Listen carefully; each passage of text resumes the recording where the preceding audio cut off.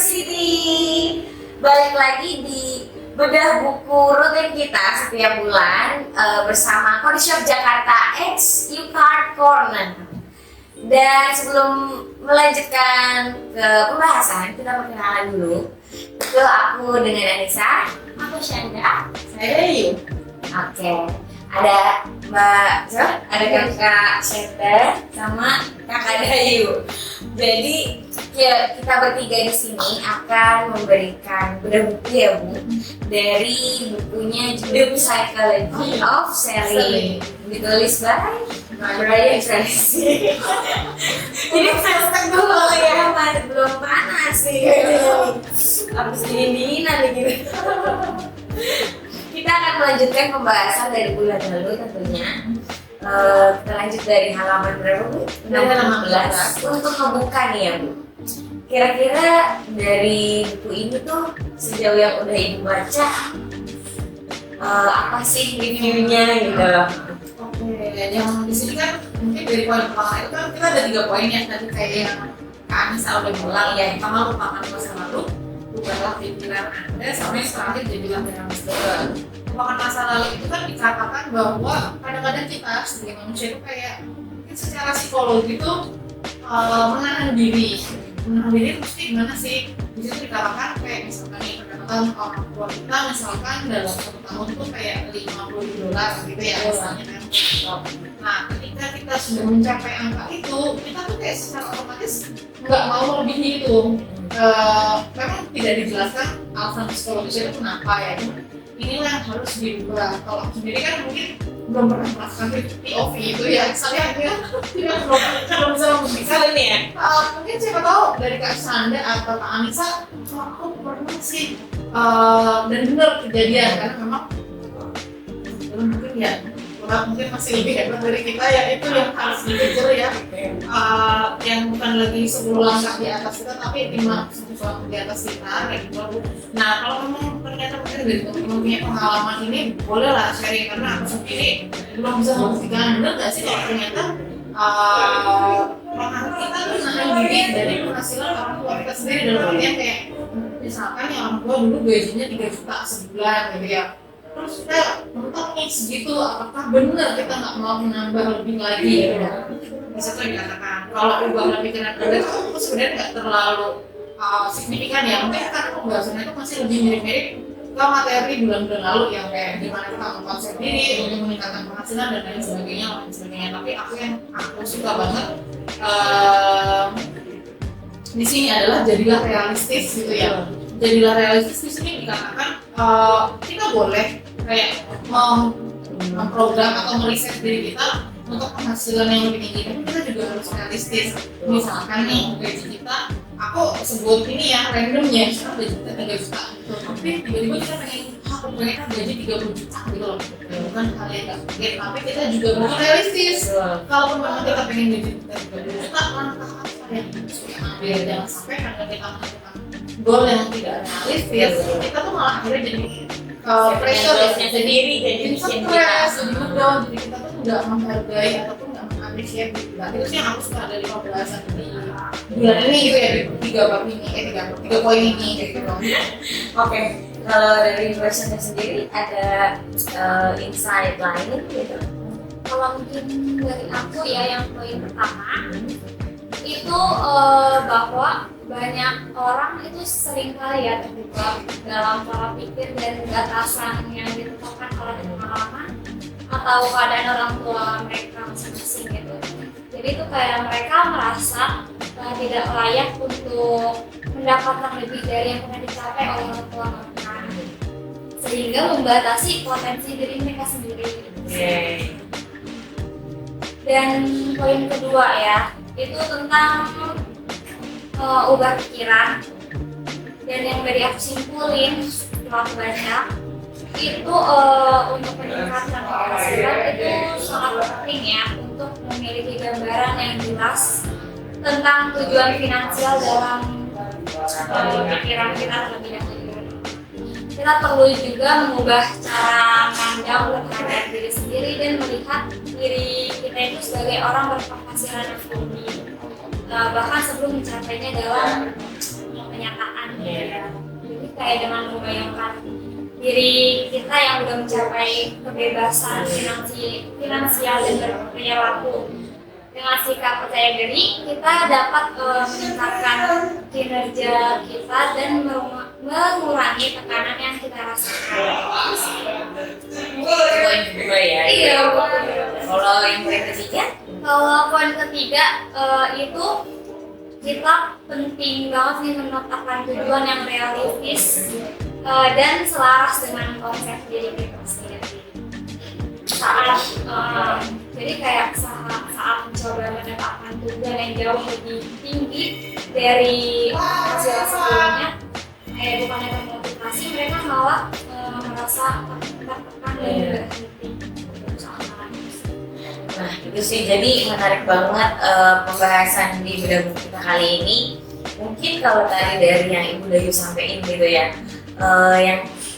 yang aku tertarik banget tuh sama jadilah realistis. Kayak tadi Ibu kan udah ngegambarin banget tuh gaji kita 3 juta ya, maksudnya gue misalnya gaji kita 3 juta, tapi kita pengen deh punya penghasilan 30 juta.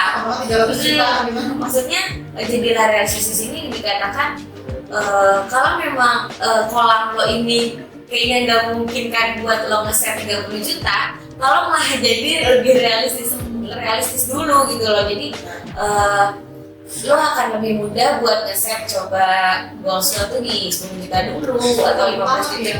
Benar, jadi itu juga salah satu cara supaya kalian tuh nggak press sama diri sendiri gitu sih Bu, karena ini tuh cukup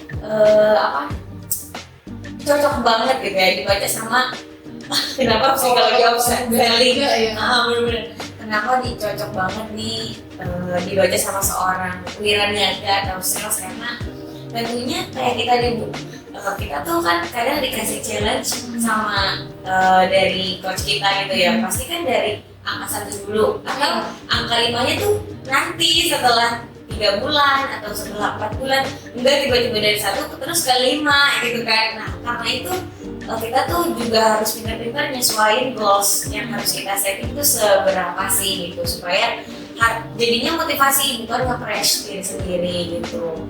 Terus kalau tadi yang Mbak Sandra bilang, yang aku tertarik banget tuh apa sih yang tadi poin pertama? Lupakan masa lalu. Kenapa tadi aku tertarik banget sama Mbak Syanda? Karena tadi dia tuh bilang kalau jadinya tuh kita masih kebayang-bayang aja sama masa lalu nyokap sama bokap kita, soal acuannya dia tuh lebih tinggi penghasilannya gitu. Padahal pun di buku ini tuh diceritain kalau jadi di paragraf ketiga deh kayaknya itu tuh diceritain Bu, kalau ada deh namanya siapa deh, wiraniaga yang latar belakang kekurangan. Jadi di suatu hari wiraniaga yang latar belakang kekurangan ini jualan Bu, iya nggak sih? Jualan ke kota dan dia dapat banyak banget duit. Tapi karena dia bagus banget jualannya, tapi karena latar belakangnya dia kekurangan, jadi dia enggak ya sama itu, kaget ketika punya banyak penghasilan. Makanya disuruh dibukuin, lupakanlah masa lalu lo gitu, karena ketika habis dia berjualan, dia tuh habis itu menghabiskan waktu juga buat kayak saving energi lagi, karena itu yang biasa nggak dia lakukan gitu. Benar, makanya di buku ini disuruh lupakanlah masa lalu supaya lo tuh bisa grow, supaya latar belakang lo sebelumnya tuh nggak kebayang-bayang lagi gitu. Jadi dengan pencapaian lo yang lebih tinggi itu justru besoknya lebih tinggi lagi, bukan malah saving energi lagi balik ke masa lalu gitu. Jadi mungkin itu kira-kira dari Ibu sama Mbak Syanda pembahasannya ini relate banget gak sih sama kehidupan sehari-hari gitu? Relate banget sih, apalagi untuk yang poin pertama ya. Masih terbayang-bayang gitu, ngalamin ya? Kalau aku justru di poin ketiga sih, jadi mungkin kalau analogi gampangnya nih gini, kita naik anak tangga, nggak mungkin dong ketika kita naik anak tangga, kita pasti naiknya satu-satu. Ya oke lah kalau orang berburu banget, anak tangganya juga nggak terlalu tinggi, dua sekaligus, ada yang langsung 5 kan? Ini jatuh kan? Nah, analogi mudahnya kayak gitu. Jadi ketika kita memang ingin mengejar sesuatu, kita boleh, kita pengen 3 juta, 300 juta. Mungkin dari 5 juta dulu, 10 10 juta ya kita tahu bener kayak tadi Kak Anissa bilang ya, kalau emang orang kita nggak bisa menentukan itu ya orang kita tuh termasuk diri kita sendiri, apakah value kita, apakah knowledge kita udah mampu untuk mencapai 30 juta atau 300 juta itu. Nah setelah mungkin belum kan akhirnya kan itu kita harus kayak nambah knowledge, pengalaman, belajar itu harus kayak gitu. Ini aku tertarik sama di bab ketiga ini benar-benar realistis banget. Jadi memang sebenarnya udah paling the best kalian juga baca bukunya ya guys, supaya excitednya itu sama kayak kita bertiga juga gitu di sini, karena pembahasan di buku Psychology of Selling ini lumayan yang kita tuh bertahap banget loh diajarinnya, iya nggak sih? Apalagi 3 poin ini deh, disuruh ngapain masa lalu, terus kebalik pikiran, jadi kan terus jadilah realistis, itu kan benar-benar kayak tahap banget kan, tahapan banget gitu. Jadi buat teman-teman yang mungkin lagi bingung-bingung gitu ya, langsung aja baca buku ini, atau kita dengerin dulu sama-sama dari Kak Syanda dan Kak Dayu nih, versi POV atau nasihat kali ya, atau kesimpulan atau tips-tips kali ya yang mereka kan udah mengalami nih katanya. Selama melewati itu apa sih caranya tuh melewati gimana sih? Coba. Selain semangat ya. Semangat itu kan pasti buat melawan rasa malas kan semangat. Jadi selain semangat itu salah satu yang emang semangat ya. Dan kita juga emang harus lawan apa sih rasa berpola dirubah pola pikiran kita, terus juga jangan lihat ke masa lalu dulu deh, terus dibuang jauh-jauh. Ini beda deh. Yang pertama belum kesampaian ya. Mohon maaf, kalau saya superwoman, saya itu jadi kalau poin kedua, sebenarnya poin kedua tuh aku ingat dulu seorang coach pernah menceritakan pengalaman dirinya sendiri. Ketika itu dia harus meeting di hadapan dia latihan dong, dan dia latihan sampai dia bilang ketika kita menginginkan sesuatu sampai pada titik kita membayangkan ketika kita ada di posisi jadi nanti itu kayak menarik alam bawah sadar kita buat akhirnya direalisasi. Dia membayangkan dan dia benar-benar melakukan, dan makanya misalkan di ruangan ini dia membayangkan ini ada orang Jepang di situ, ada orang 1, 2, 3, 4, 5 misalkan itu, dan dia kayak role play lah istilahnya itu.